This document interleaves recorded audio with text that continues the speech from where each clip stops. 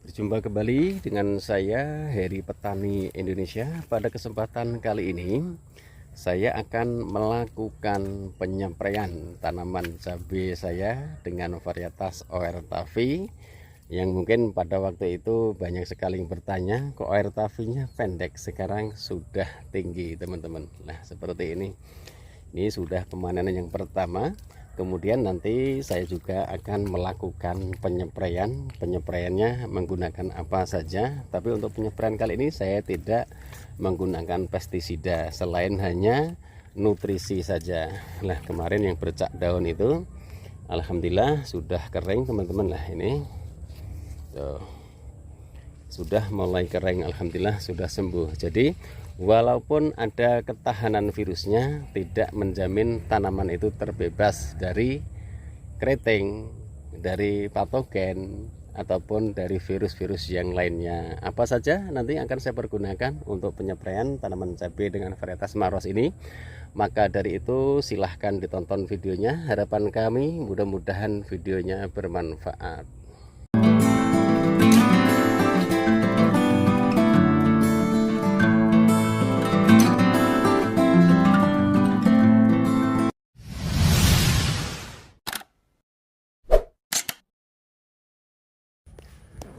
Assalamualaikum warahmatullahi wabarakatuh. Bismillahirrahmanirrahim. Allahumma sholli ala sayyidina Muhammad wa ala ali sayyidina Muhammad. Berjumpa kembali dengan saya Heri Petani Indonesia. Pada kesempatan kali ini seperti biasa saya akan melakukan penyepraian tanaman cabai dengan varietas Maros yang sekarang usianya penanaman di tanggal 6 Januari 2025, selisihnya 5 hari ataupun 6 hari dengan tanaman cabai Marosnya. Dan alhamdulillah tanaman cabai dengan varietas OR-Tavi ini buah-buahnya sangat banyak sekali. Ini pupuknya yang full, kemarin yang belum kelihatan buahnya sekarang sudah seperti ini teman-teman. Nah nanti penyepraian kali ini yang pertama tujuannya untuk mengoptimalkan pucuk-pucuknya, ini tujuannya agar bisa menyusul dengan tanaman yang pupuknya full. Ini kondisi tanamannya, buahnya sangat tempet sekali. Kemudian juga ada yang komentar bahwa itu bukan varietas Maros. Kalau masalah itu saya kurang tahu teman-teman, karena saya beli benihnya itu varietas Maros. Mungkin apa isinya diganti oleh perusahaan tersebut, tapi intinya kan tidak mungkin. Kalau toh memang hasilnya seperti ini, mungkin segi perawatannya, kemudian juga ini memang saya belajar dari sahabat-sahabat semua, khususnya adalah sahabat YouTube. Katanya varietas Maros itu buahnya jarang nyantol, kemudian juga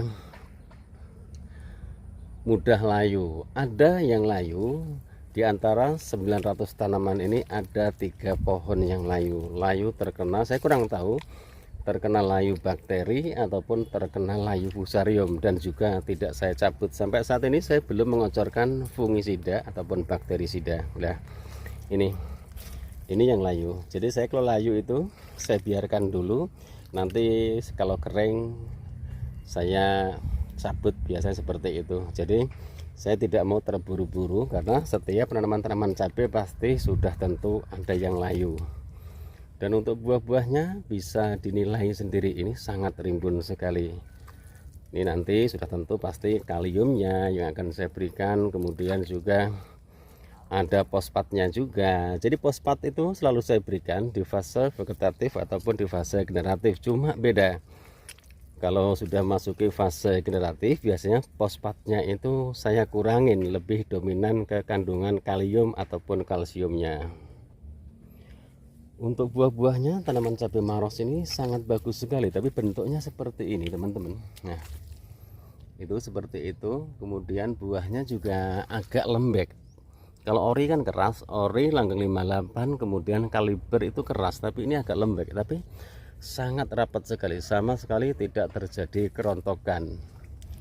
Kemudian juga nanti perawatannya, video fullnya sudah ada. Jadi mulai pindah tanam sampai pemanenan pertama sudah saya penuhi janji saya kepada sahabat-sahabat tani semua, khususnya adalah subscriber kami.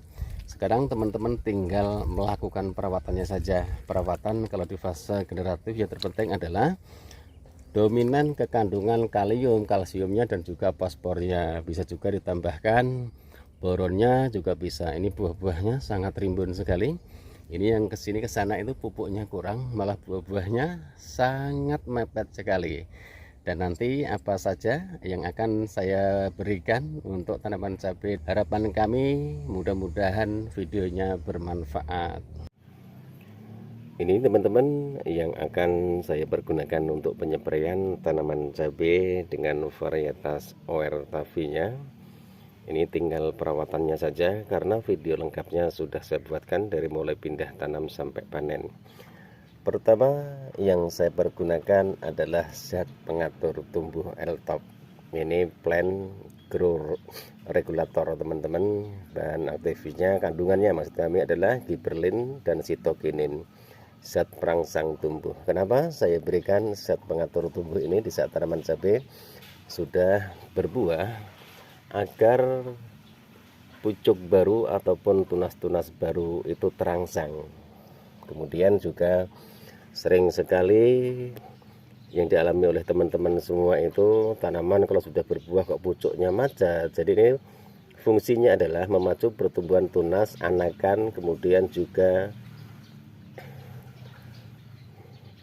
ujung akar, kemudian meningkatkan sintetis karbohidrat pada fase generatif untuk pembentukan buah, umbi, polong, dan bulir, meningkatkan daya tumbuh, daya kecambah. Jadi ini juga bisa dipergunakan untuk sarana perendaman benih, bisa teman-teman. Kemudian kalinet sudah sering saya jelaskan, semua sudah sering saya jelaskan. Ini kalinet pupuk kalium cair yang sangat bagus sekali untuk pembesaran buah dan juga untuk merangsang juga, karena kandungannya juga sangat banyak sekali. Ini kandungan kalinet sendiri, ada fosfatnya juga, kaliumnya juga, boron juga. Kemudian pupuk organik cair yaitu vigorin, tanaman pangan, hortikultura, perkebunan, tanaman hias dan juga tanaman yang lain sebagainya. Ada unsur hara, asam amino, humat dan fulfat, enzim invertase teman-teman, ataupun hormon tumbuh. Ini juga sangat bagus sekali. Kemudian mordenfol. Kemudian juga mordenfol, Pak, tanaman cabai sudah berbuah kok diberikan mordenfol. Fosfat masih diperlukan untuk tanaman cabai karena tidak mungkin tanaman yang sudah berbuah itu tidak dirangsang perakarannya, kemudian juga pembentukan batang-batangnya. Untuk penyempraian kali ini saya tidak menggunakan insektisida ataupun fungisida. Sekarang dosisnya, dosis mordenfolnya saya menggunakan 20 mili. 20 mili mordenfol. Kemudian untuk vigorinnya saya menggunakan 20 mili juga untuk 16 liter air ataupun sprayer yang biasa saya pergunakan ini. Untuk kalinetnya saya menggunakan 20 mili juga teman-teman. Buahnya sudah banyak, kemudian sangat gembel sekali. Nah seperti ini. Kemudian ada juga pertanyaan, Pak, saya beli kalinet kok agak putih. Nah itu biasanya harus dikocok dulu teman-teman. Kadang-kadang ada endapan di bawahnya. Untuk zat pengatur tumbuh L-Top-nya saya menggunakan 16 mili teman-teman, sesuai petunjuk yang ada di kemasan ini. 16 mili kurang sedikit. Bisa juga 2 tutup kemasan botol ini. Nah seperti ini. Kemudian yang terakhir adalah perekat, pembasah ataupun penembus. Ini saya menggunakan 15 mili saja untuk 16 liter air. Nah seperti ini. Perlu diingat teman-teman, saya tidak menggunakan insektisida ataupun fungisida karena itu saya pergunakan di saat cuaca kemudian kondisi tanaman sudah mulai, itu baru. Kalau untuk pencegahan saya biasanya 15 hari, bahkan ada yang 1 bulan sekali. Setelah itu baru dilakukan pengadukannya teman-teman. Nah seperti ini.